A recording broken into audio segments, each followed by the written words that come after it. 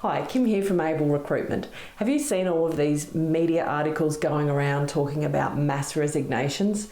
Well, I've seen all of them, and I've had messages and phone calls and LinkedIn messages and blog posts sent to me asking about, are we really going to see this mass resignation in the insurance industry?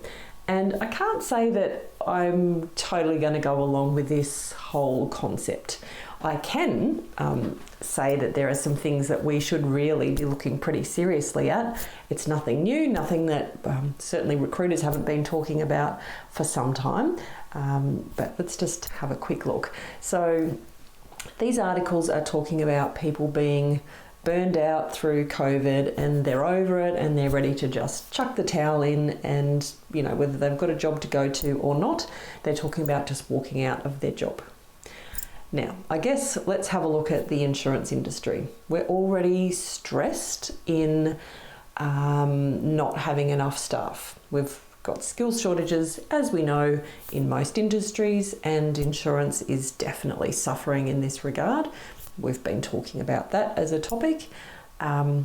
Yes, people are. They're over it. They are burnt out. They have allowed, through necessity, they've done their job through the last 18 months, and a lot of people are feeling as though they weren't really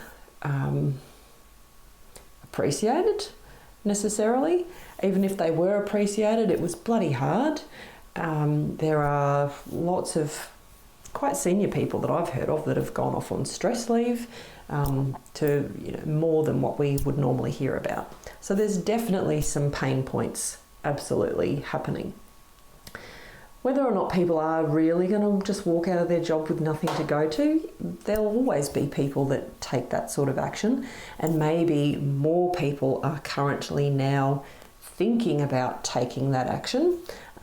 Yes, I've had phone calls and spoken to people throughout this whole thing where they're going through the ups and downs of, can they really keep going with this?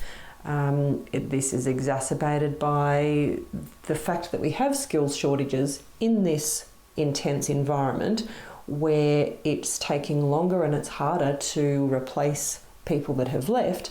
The remaining staff are then carrying that load, and that is also making people feel like they're getting burnt out, they're over it, and they're just looking for an out. I guess my question is, are people going to still be able to pay their bills? Are they going to just quit and go off into the never never? I don't see that happening.